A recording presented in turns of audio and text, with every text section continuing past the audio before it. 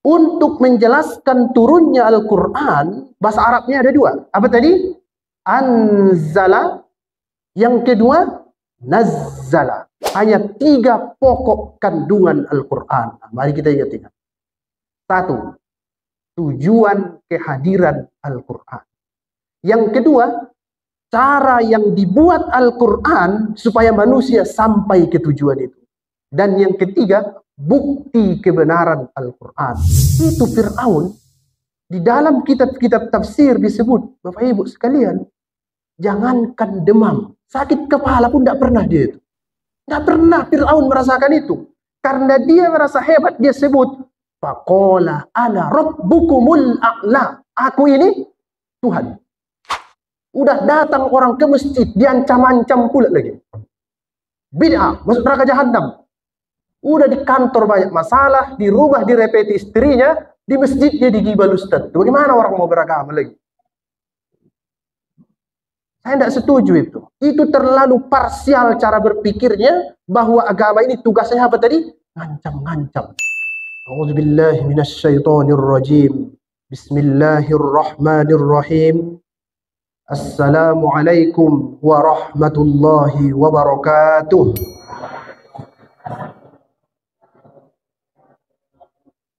Alhamdulillahi rabbil alamin. Wassalatu wassalamu ala ashrafil anbiya'i wal mursalin wa ala alihi wa ashabihi ajma'in. Alhamdulillahilladzi qail wa bil haqqi anzalnahu wa bil haqqi nazal wa ma arsalnaka illa mubasysyiran wa nadhira. Yang saya hormati Bapak Ketua BKM Masjid Al-Barkah dan seluruh jajarannya, bapak-bapak, ibu-ibu, adik-adik remaja, alhamdulillah datang mengaji, anak-anak muda ini. Terima kasih, Adinda sudah datang. Dan yang lebih penting lagi, ada pula saya lihat bocil-bocil, anak-anak kecil, alhamdulillah, datang untuk melihat nuzulul Quran. Alhamdulillahirabbil alamin. Kalau yang tua-tua ini mengaji, udah wajar lah itu. Datang dia malam ini, udah pas itu. Ini pun saya lihat ditulis Ustadz Andre sekitar 30 menit ceramahnya Ustadz ya. Kalau begitu bisa ini 15 menit. Bisa itu kan? Karena sekitar. Nanti ingatkan, saya sering lupa itu. Malam saya di Yayasan Siti Saleha namanya, pengajian guru. Janjinya 1 jam, berubah hampir 2 jam. Tadi pagi juga meleset. Ini pun nanti mau itu lari. Bapak Ibu ngantuk, saya terus saja bicara itu nanti. Ini sudah pasang stopwatch supaya jelas. Sekitar 30 menit. Nah, nanti 28 menit berhentilah saya ini. Saya mau cerita tidak terlalu serius malam. Tidak seperti khutbah Jumat. Nah, supaya kita yang kedinginan ini, yang ngantuk-ngantuk ini agak fresh sedikit. Nah, begitu ya Bu? Cocok? Cocok itu. Saya dikasih tema Nuzulul Quran. Ini biasa ini sering kita dengar. Saya mau cerita dulu tentang Al-Quran. Nuzul artinya turun. Quran artinya bacaan. Selesai Ustadz? Belum. Untuk menginformasikan cara Al-Quran itu turun, di dalam Al-Quran bahasa Arabnya ada 2. Satu dia sebut dengan istilah anzala. Yang kedua dia sebut dengan istilah nazzala. Apa? Ini harus tambah iman, tambah ilmu ya, itu targetnya ini ya. Nanti ketawa boleh sikit-sikit, tapi pulang dari sini dapat 2. Apa? Ilmu dan iman. Tandanya bertambah ilmu, berubah cara berpikirnya setelah pengajian ini. Tandanya bertambah iman, berkurang maksiatnya. Carilah itu. Dari malam Nuzulul Quran 17 Ramadan ini. Kita targetnya yang 2 itu. Ilmu yang pertama. Untuk menjelaskan turunnya Al-Quran, bahasa Arabnya ada 2. Apa tadi? Anzala. Yang kedua, nazzala. Kalau anzala, turunnya Al-Quran sekaligus. Di tafsir-tafsir itu sebut namanya jumlatan wahidah. Sekaligus. Jadi Pak Imam bolak-balik membaca, Inna anzalna. Anzala itu. Berarti Al-Quran itu pernah turun 2 kali.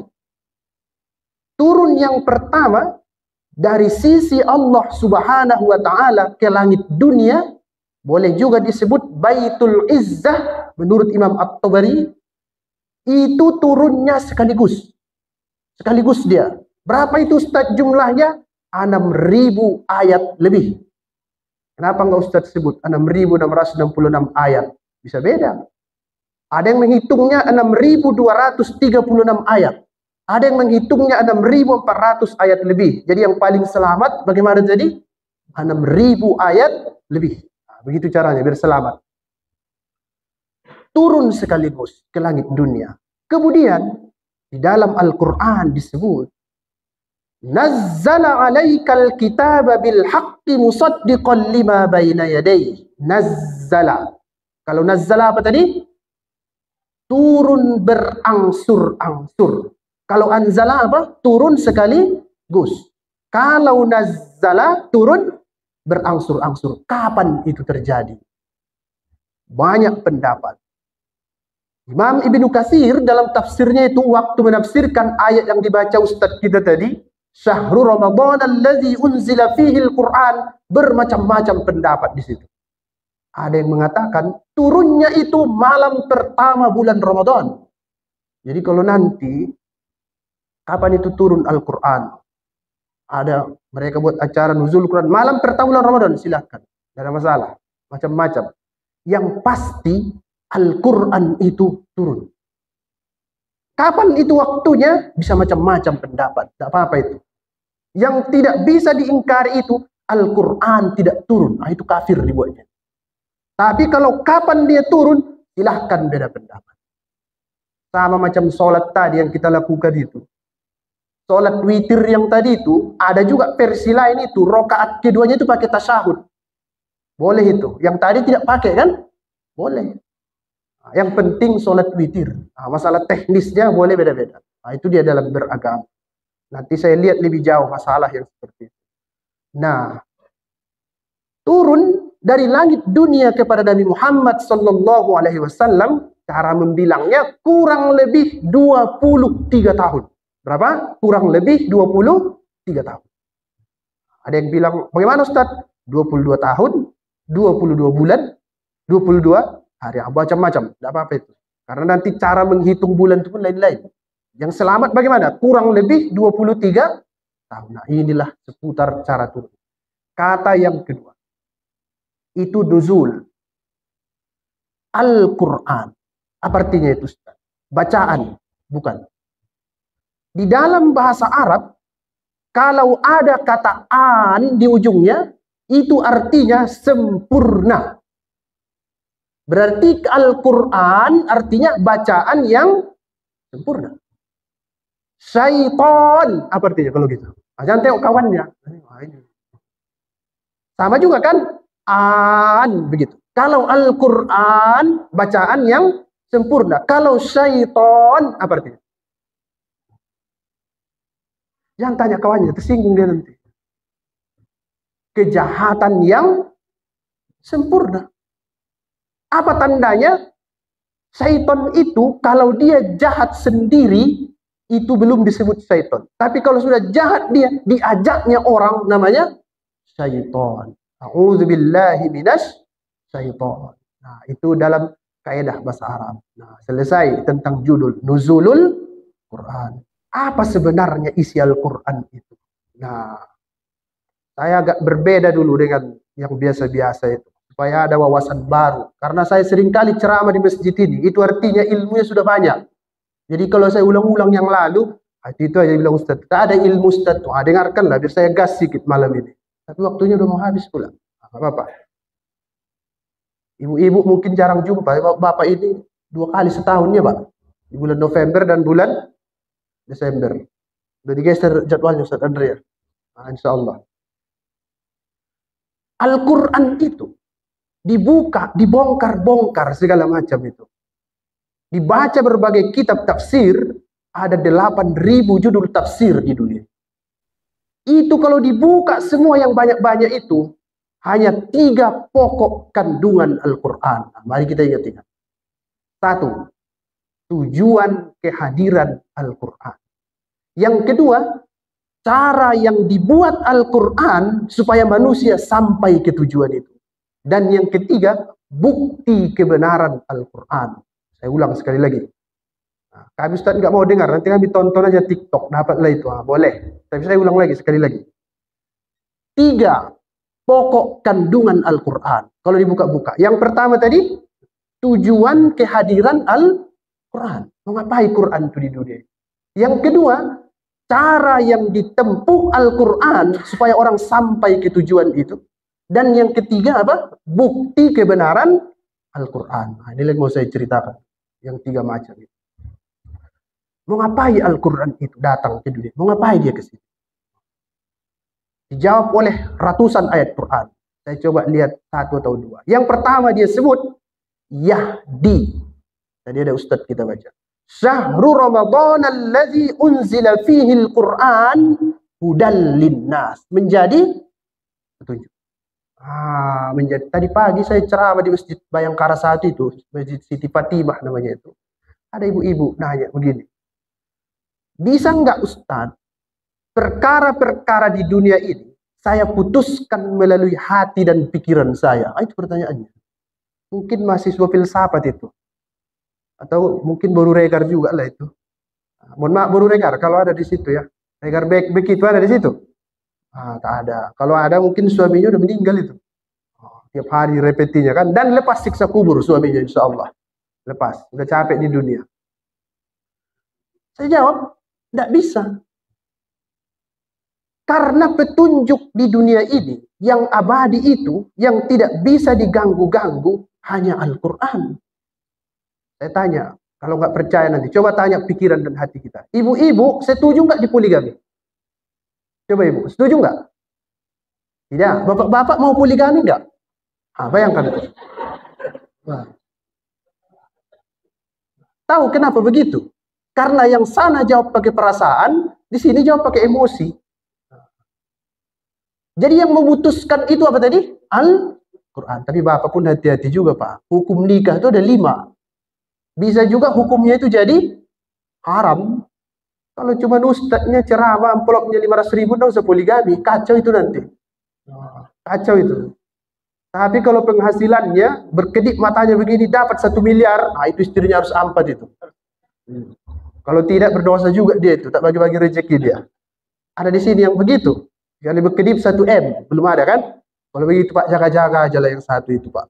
Biarpun dia sering pakai baju merah, kulitnya hitam, jaga-jaga aja lah itu. Nggak bisa lah itu. Lihat Al-Quran. Yahdi. Dia datang menjadi apa? Petunjuk. Itu 1.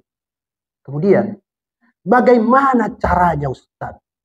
Supaya sampai kita yang ditunjuk. Kemana rupanya kita di bawah Al-Quran? Dia sebut, wa anna ila rabbikal muntaha. Supaya seluruh aktivitasmu akhirnya kepada Tuhan. Harus kepada Tuhan. Jangan kepada yang lain-lain. Ini dikasihnya bukaan tadi sore. Kenapa kok kasih bukaan itu? Besok biar dibalasnya. Itu bukan Tuhan tujuannya itu. Dia mengharapkan itu. Dikasihnya piring yang besar supaya besok penuh dibalik.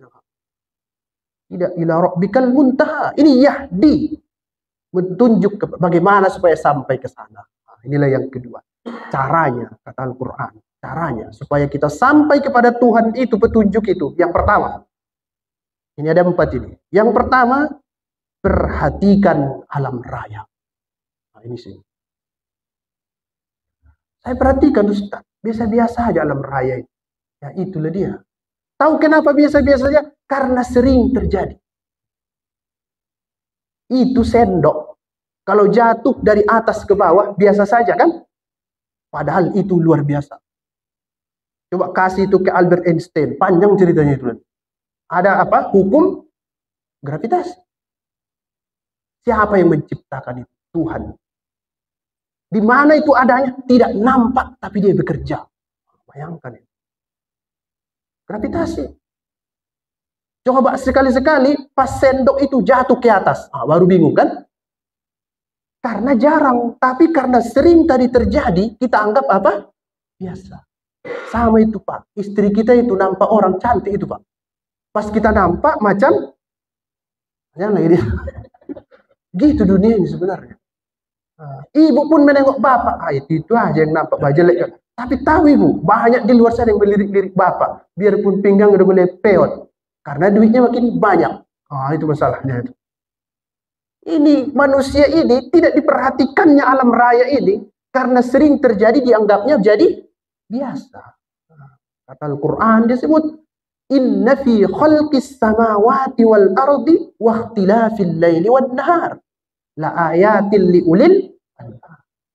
Di ayat lain itu di surah Yunus, Inna fi ikhtilafil laili wan nahar wa ma khalaqallahu fis samawati wal ardi. Nah, yang pertama supaya sampai ke Tuhan, perhatikan alam raya. Ini banyak ini. Disebut begini. Afala yanzuruna ilal ibili kaifa khuliqat. Pernah nggak kamu perhatikan bagaimana unta itu diciptakan? Dari situlah inspirasinya manusia menciptakan terios. Tahu nggak kamu itu? Kendaraan dia. Dalam Al-Quran dia sebut wal khayla wal bighala wal hamira litarkabuha wa zina. Orang memperhatikan itu sehingga dibuatlah pabrik kendaraan di dunia. Bisa. Perhatikan alam raya. Sayangnya, setelah mereka ciptakan teknologi, lupa mereka tujuan yang pertama tadi, harus kembali kepada Tuhan. Satu, pikirkan ibu ya, alam raya ini. Pikirkan, kenapa ini bisa begini? Kenapa bisa begini? Satu. Yang kedua, supaya sampai manusia ke tujuan tadi, dia harus memperhatikan dirinya. Dia sebut, wa fi anfusikum afala tubsirun. Di dalam dirimu itu pernah nggak kamu perhatikan? Kamu diciptakan dari nutfah.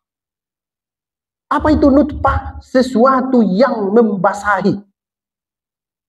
Kecil, membasahi, tiba-tiba kamu bisa seperti sekarang, bisa mengarungi ruang angkasa. Teknologi tercipta, bisa manusia terbang. Bahkan, hei manusia, yang kamu tercipta dari yang kecil, sesuatu yang membasahi, bisa menyelam ke dalam lautan, mengalahi ikan. Naik apa dia Pak? Kapal? Wati ampusiku. Perhatikan dirimu. Luar biasa. Hei manusia, pernah tidak kamu perhatikan bahwa kamu bisa membeli tempat tidur yang mahal, tapi kamu tidak bisa membeli tidur? Siapa yang bisa beli tidur di sini? Biar kita jual tidur di depan itu 5.000 satu. Tak bisa orang beli tidur. Dan tahukah kamu bahwa di dalam tidurmu itu seringkali terjadi hanya dalam hitungan detik, tapi dugaanmu terjadi beratus-ratus tahun. Pernah Pak? Mimpi maksudnya. Ini kok macam begini ya? Lama dugaan kita. Padahal orang menengok kita lagi ngences. Wah, dia aja ngeri kali. Aneh hidup itu, tidak paham kita. Perhatikan itu. Jadi siapa yang berperan di situ? Allah Subhanahu wa Ta'ala. Coba dulu, Anda tahu ada orang eksak di sini. Ini lampu ini hidup atau hidup-hidup mati? Ada orang fisika. Ini Pak. Dia berkedip-kedip kencang atau stabil itu? Tidak. Dia itu hidup mati itu. Cuma karena kencang kali nampaknya macam hidup. Sebenarnya kita ini juga manusia ini. Ketika kita tidur, itu kita sebenarnya mati. Tapi dibalikkan Tuhan lagi, hidup lagi balik. Siapa yang megang itu? Ruhnya itu siapa yang pegang? Allah Subhanahu wa Ta'ala. Wa fi anfusikum. Dirimu aja kamu nggak ngerti sebenarnya. Oleh sebab itu, sembah Tuhan. Karena dia yang paham siapa dirimu. Yahdi lillatihi aqwam. Dua. Tadi apa? Perhatikan alam raya. Yang kedua, perhatikan diri kita. Yang ketiga, kata Al-Quran, perhatikan sejarah. Orang-orang dulu maksudnya. Mulai dari zaman Nabi Adam alaihissalam, perhatikan itu. Itu dalam filsafat sejarah itu disebut, orang yang tidak mengerti sejarah pasti mengulangi kesalahan orang di masa lalu. Betul itu Pak? Paham dia? Siapa yang mau dilihat? Oh, macam-macam. Ustaz kasihlah contoh satu. Fir'aun lah kita buat. Fir'aun. Banyak itu nanti ada nabi-nabi segala. Fir'aun. Itu Fir'aun di dalam kitab-kitab tafsir disebut, Bapak Ibu sekalian, jangankan demam, sakit kepala pun tidak pernah dia itu. Tidak pernah Fir'aun merasakan itu. Karena dia merasa hebat, dia sebut, faqala ana rabbukumul a'la. Aku ini Tuhan.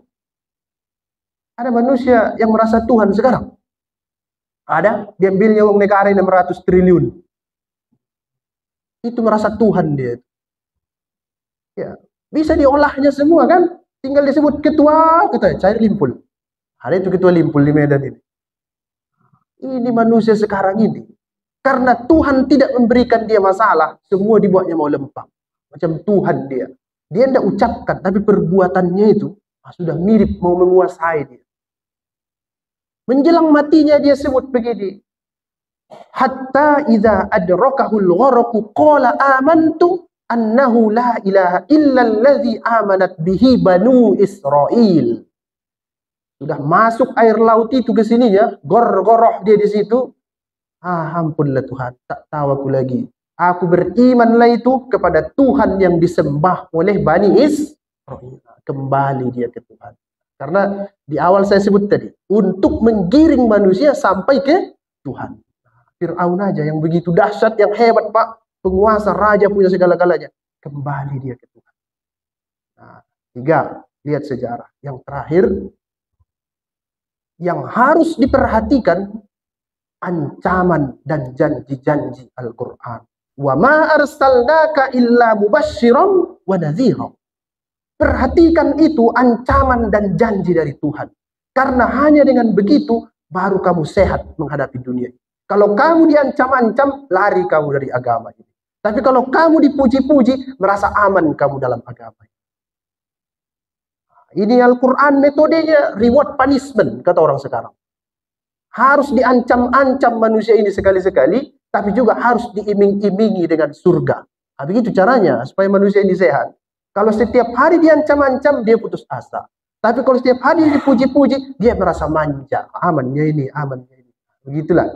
Nah, saya melihat, mohon maaf ini Ustaz Andre Pak BKM, saya melihat ahli-ahli agama kita, dia lupakan itu yang 3 pertama tadi. Dia sering melakukan yang terakhir ini kalau ceramah. Betul itu? Udah datang orang ke masjid, diancam-ancam pula lagi. Bid'ah, masuk neraka jahanam. Udah di kantor banyak masalah, di rumah direpeti istrinya, di masjid dia digibal Ustaz. Bagaimana orang mau beragama lagi?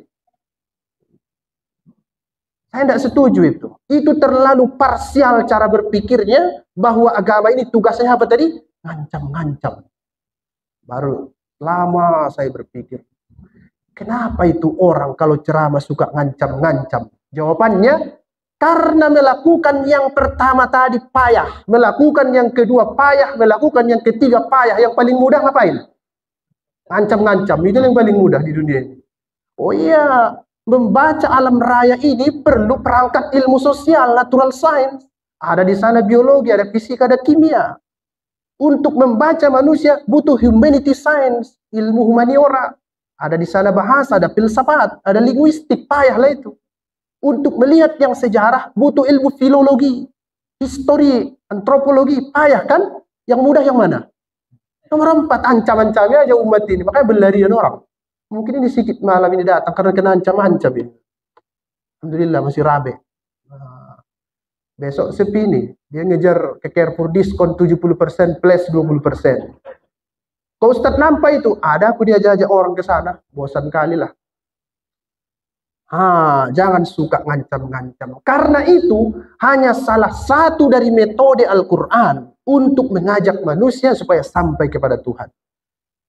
Saya ceramah di Masjid Pak Baratua itu, Masjid Al-Anwar, tiba ada ibu-ibu nanya dari sana. Belakang dia nggak nanya, saya lihat. Dia bilang begini, Ustaz, kenapa ceramah-ceramah sekarang ini kebanyakan suka hanya cerita agama? Kenapa tidak cerita sains? Saya jawab, saya siap membahas itu. Cuman persoalannya, sumber daya manusia kita cukup. Habis ceramah dia datang ke saya. Dia tanya saya. Rupanya dia doktor kimia. Wah, gawat ini saya pikir. Ajar di Mandua itu dia. Tiba-tiba dia bicara, Ustadz, suami saya punya kitab dari Mesir baca. Ustadz mau katanya. Aku bilang, maulah, aku bilang. Kasihnya gratis. Yang dibilang ibu itu, Dr. Fauziah namanya. Itu benar itu. Kekurangan kita membicarakan apa tadi? Tentang alam raya. Sehingga siapa yang mengambil teknologi ini? Orang lain. Yang bilang orang tulis semua, kita tinggal menikmatilah. Jadi melalui nuzul Quran ini, ayo sekolahkan anak-anak kita itu ibu. Sekolahkan itu ya, suruh dia hafal Al-Quran. Setelah itu mau terserah, mau terbang ke bulan dia, mau jadi Superman, Spiderman, Ultraman, terserah dia lah. Yang penting alam ini harus dikuasai oleh umat Islam. Penelitian terhadap alam raya menimbulkan sains. Sains yang dipadukan dengan ilmu pengetahuan menjadi teknologi. Itulah yang memudahkan kehidupan manusia. Apa yang terjadi dengan umat Islam? Karena fokus tadi ceramahnya apa? Ngancam-ngancam setiap hari kerja. Tidak, neraka jahanam. Tak ada jenggot kau, mati kau, kambing kau, segala macam. Apa itu? Celana kau cingkrang, neraka jahanam kau. Astagfirullah. Yang tak ketawa, tahu siapa yang ketawa? Yang tak pakai celana. Yang orang itu udah ke masjid, dua-dua berantem. Kita jangan ke masjid lagi, katanya terakhir. Biasa-biasa. Saya tidak mau saya diundang ceramah membahas bid'ah. Tidak kerjaan itu saya bilang. Ada urusan yang lain yang lebih banyak. Nah, mari buka wawasan melalui apa? Nuzulul Quran. 3. Yang terakhir tadi janji saya. Bukti kebenaran Al-Quran. Saya ulang dulu deh ya, supaya nggak lupa ya. Itu dicatat itu kan. 3 aspek kandungan Al-Quran. Yang pertama tadi, tujuan kehadiran Al-Quran untuk memperkenalkan Tuhan. Kemudian yang kedua, dia menjelaskan cara manusia supaya sampai kepada Tuhan. Caranya ada berapa? 4. Satu tadi, perhatikan alam raya. Yang kedua, perhatikan diri kita. Yang ketiga, perhatikan sejarah. Yang keempat, mengancam dan mengiming-iming. Ada surga, ada neraka. Yang terakhir yang mau saya jelaskan, bukti kebenaran Al-Quran. 3 aspek. Satu tadi, tujuan kehadiran Al-Quran. Yang kedua, cara supaya sampai ke tujuan. Yang ketiga, bukti kebenaran Al-Quran. Bukti kebenaran Al-Quran dibagi 3. Nah, kalau sempat, saya jelaskan. 1. Dari aspek bahasa. Yang kedua, dari aspek isyarat ilmiah. Dan yang ketiga, dari aspek pemberitaan gaib. Saya mau lihat yang pertama ini. Dari aspek bahasa. Ini agak susah diceramahkan ini. Karena kita bukan orang Arab. Ada orang Arab di sini, Pak? Ada. Arab Nandi atau Arab cemas? Biar coba saya lihat lebih jauh itu. Ada. Coba lihat. Dulu, kalau terjadi pembunuhan di antara orang Arab itu bilang begini. Al-qatlu anfa lil qatli. Pembunuhan terhadap yang membunuh ini pasti mencegah pembunuhan selanjutnya. Itu diucapkan mereka. Kemudian Al-Quran datang. Dia sebut begini. Walakum fil qisasi hayah. Ini kalau orang belajar sastra, dia lihat itu. Dari aspek pertama. Kalau dibunuh orang yang membunuh, akan mencegah pembunuhan. Contoh ini. Dibunuh Ustadz ini saya. Ya kan? Kemudian bunuh Ustadz ini. Berhenti pembunuhan. Itu maksud dia. Orang Arab yang tadi itu. Al-Quran bilang. Kalau kamu terapkan kisos, pasti tumbuh kehidupan. Mana lebih indah? Ini Pak dirasakan ini udah Pak. Paksa-paksa aja lah Pak malam ini dulu. Nah. Kalau kamu terapkan kisos terambil dari akar kata kisah, artinya mengikuti jejak. Kalau kau dipanah orang, panah dia. Kisah. Kalau kau ditempeleng orang, tempeleng dia. Apa namanya? Kisos. Kalau kau dibunuh orang, hukum harus membunuh dia. Itu supaya terjamin kehidupan. Kalau yang tadi yang disebut orang Arab itu kurang tepat. Karena tidak jelas siapa yang membunuh, manfaatnya untuk siapa. Kalau ini manfaatnya walakum, bagi siapa? Kita, kemanusiaan. Itu dari segi sastra Al-Quran. Catat ya dek, kalau salah nggak ditandatangani. Nggak paham kami Ustaz, biar aja lah, nanti paham kau itu. 2045 paham kau itu nanti.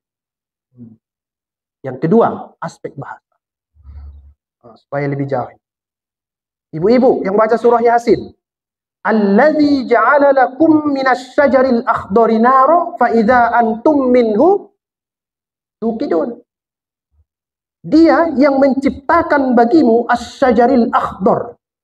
Asy-syajaril akhdar artinya pohon hijau. Guru kita dulu menjelaskan itu zat hijau daun. Yang hijau apanya? Daunnya. Kata Al-Quran, syajaril akhdar. Yang hijau apanya? Pohonnya. Mana yang betul? Dalam riset ilmiah belakangan, ternyata zat hijau itu tidak cuma ada di daun, ada juga di ranting, ada di pohon. Ketelitian redaksi Al-Quran. Inilah dia bahasa itu. Dua. Yang ketiga, penghuni neraka digiring ke neraka, kata Al-Quran, putihat abawabuha. Penghuni surga dimasukkan ke surga, kata Al-Quran, wa putihat abawabuha. Satu pakai waw, satu pakai tidak waw. Maksudnya itu, kalau ada waw di situ, sudah dibuka pintunya sebelum penghuninya datang. Kalau tidak ada wawnya, kapan itu dibuka pintu? Pas ketika orangnya datang. Mana lebih terhormat? Dibuka dulu pintunya sebelum kita datang atau pas kita datang baru dibuka? Orang mau masuk penjara, Pak. Udah terbuka kian nggak pintunya itu? Larilah yang di dalam. Cuman wow bedanya. Tapi maknanya itu sangat dalam. Ini boleh didalami. Saya sengaja menjelaskan ini supaya anak kita ini tertarik belajar itu nanti. Belajar aspek bahasa. Yang kedua, isyarat-isyarat ilmiah. Jangan sebut hakikat ilmiah. Salah itu, istilah itu. Nanti dia sebut, ada teori Big Bang, itu ayatnya. Tidak boleh itu. Keliru nanti. Nanti salah teori itu, kacau ayat ini. Sebut aja apa namanya? Isyarat-isyarat ilmiah. Yang ketiga, pemberitaan gaib. Ini yang paling penting, Pak. Pemberitaan gaib Al-Quran ada di masa lalu yang sudah terbukti, ada di masa depan yang belum terbukti tapi tidak bisa dibantah. Surga dan neraka. Ini kalau orang menghindari surga neraka ini dalam kepercayaannya, pasti dia sembarangan hidup di dunia.